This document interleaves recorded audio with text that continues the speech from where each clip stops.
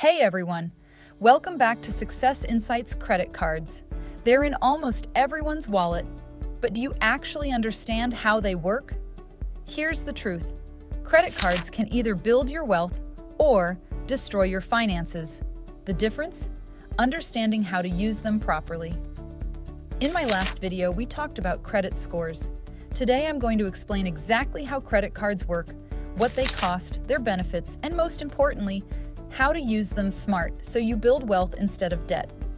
By the end of this video, you'll know more about credit cards than 90% of people who use them. Let's dive in.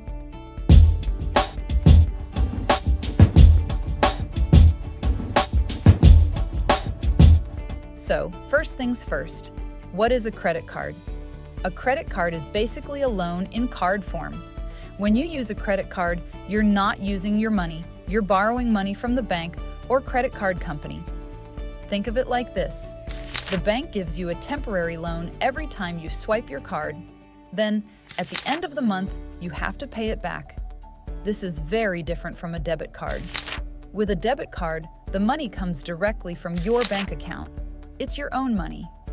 With a credit card, you're borrowing the bank's money and promising to pay it back later. Now here's where it gets important. If you pay back the full amount on time, you borrow for free. No interest charges. But if you don't pay on time or only pay a little bit, the bank charges you interest, and that interest can be expensive. Every credit card comes with a credit limit. This is the maximum amount you can borrow. For example, if your credit limit is 10,000 rupees, you can't spend more than that on the card. All right, now let's understand how the credit card cycle actually works. This is where most people get confused. Credit cards work on something called a billing cycle. This is usually 30 days, 1 month. Here's how it works step by step. Step 1. You make purchases during the month. Let's say you spend 5,000 rupees total. Step 2. At the end of your billing cycle, the bank sends you a statement. This statement shows all your purchases and the total amount you owe. Step 3. You now have a due date, usually 20 to 25 days after your statement date. This is when you need to pay.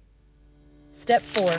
If you pay the full amount by the due date, you pay zero interest. The bank borrowed you money for free. This period is called the grace period. But here's the trap. The bank also shows you something called the minimum payment.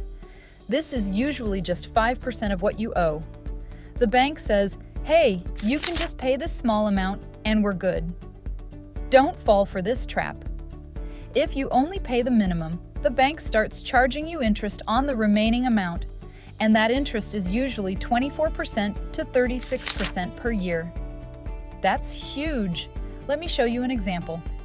If you owe 10,000 rupees and only pay the minimum of 500 rupees, the bank charges you interest on the remaining 9,500.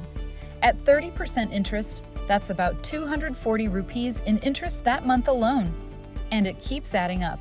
Now let's talk about what credit cards actually cost you, because nothing is truly free. Fee number 1, annual fee. Many credit cards charge you a yearly fee just for having the card. This can range from 0 rupees for basic cards to 5,000 or even 10,000 rupees for premium cards. Always check if there's an annual fee before applying. Fee number 2, interest rate, also called APR, or annual percentage rate. This is the most expensive cost. As I mentioned, if you don't pay your full balance, the bank charges you interest, usually 24% to 36% per year in most countries. That's crazy expensive. Fee number 3, late payment fee. If you miss your payment due date, the bank charges you a late fee, usually around 500 to 1,000 rupees. Plus, they start charging interest, so always pay on time. Fee number 4, cash advance fee. If you use your credit card to withdraw cash from an ATM, the bank charges you a fee, usually 2.5% to 3% of the amount, plus interest starts immediately. No grace period. My advice? Never use your credit card for cash withdrawals. Fee number 5, foreign transaction fee. If you use your card in another country or for international purchases, some cards charge 2% to 3% extra. But many cards nowadays have zero foreign transaction fees. Okay, so credit cards have costs, but they also have some amazing benefits if you use them right. Benefit number 1, build your credit score. Remember my last video about credit scores? Using a credit card responsibly is one of the best ways to build your credit score. Pay on time, keep your balance low, and your score goes up. This saves you thousands on future loans. Benefit number 2, cashback and rewards. Many credit cards give you money back on your purchases. 1%, 2%, sometimes even 5% cashback. If you spend 50,000 rupees in a year, that's 500 to 2,500 rupees back in your pocket, just for buying things you were going to buy anyway. Benefit number 3, purchase protection. If something you buy with a credit card breaks or gets stolen within a certain time period, the credit card company might cover it. This is especially useful for expensive purchases like electronics. Benefit number 4, emergency backup. Life happens. Your car breaks down. Medical emergency, unexpected expense. A credit card can be a financial safety net, but only if you have an actual plan to pay it back quickly. Benefit number 5, no need to carry cash. Credit cards are convenient, secure, and accepted almost everywhere. Plus, if your card gets stolen, you can cancel it. If cash gets stolen, it's gone forever.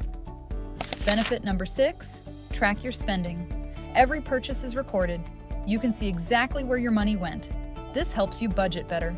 All right, now here's the most important part. How to use credit cards smart so you get all the benefits and avoid all the traps. Golden rule number 1, always pay your full balance on time. I can't stress this enough. If you follow just this one rule, you'll never pay interest, you'll build great credit, and you'll avoid debt. Set up automatic payments if you have to. Just make sure that full balance gets paid every month. Golden rule number 2, keep your utilization under 30%. Remember from my credit score video, utilization is how much of your credit limit you're using. If your limit is 10,000, don't spend more than 3,000. This keeps your credit score healthy. Golden rule number 3, never take cash advances. I mentioned this before, but it's worth repeating. Cash advances are a trap, high fees, immediate interest, no grace period. Just don't do it. Golden rule number 4, set up payment reminders or auto pay. Missing a payment destroys your credit score and costs you money in fees and interest. Protect yourself, set up auto pay or at least phone reminders a few days before the due date. Golden rule number 5, track your spending. Just because you can spend doesn't mean you should spend. Check your credit card app or statement regularly. Make sure you can actually afford to pay off what you're charging. Golden rule number 6, treat it like a debit card. Here's my personal strategy. I only use my credit card for purchases I would make anyway with cash or debit.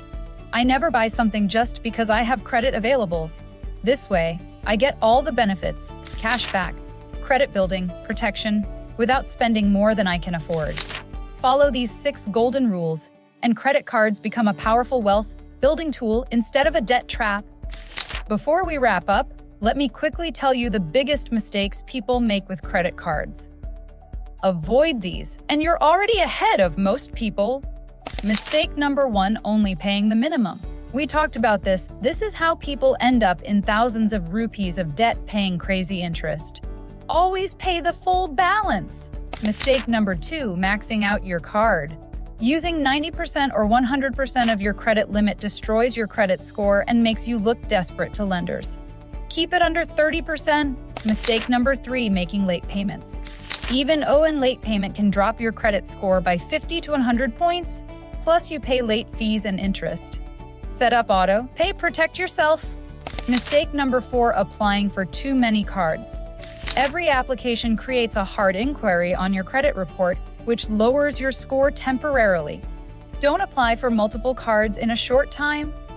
Mistake number 5, not reading the terms. People sign up for credit cards without reading the fine print. Then they get surprised by fees, interest rates, or terms they didn't know about. Always read before you sign. Mistake number 6: using credit for things you can't afford. Credit cards are not extra income, they're a payment tool.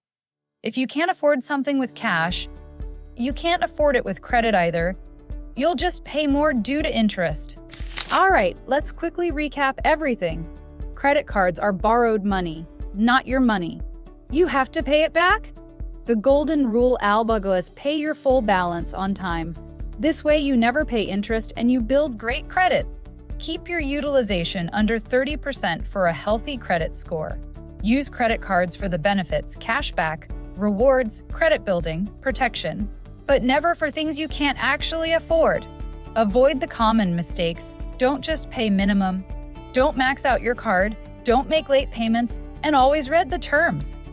If you haven't watched my previous video about credit scores, check it out. It explains exactly how credit cards affect your credit score. Link in the description below. Thanks so much for watching.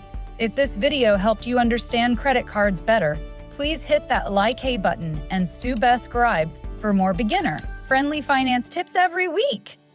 Drop a comment below. Do you have a credit card? What's been your experience? Or what questions do you still have? I read every comment. In my next video, I'll explain the difference between debit cards and credit cards in even more detail and when to use each one. Thanks for watching, and remember, your financial future starts with smart decisions. Todai. See you in the next video.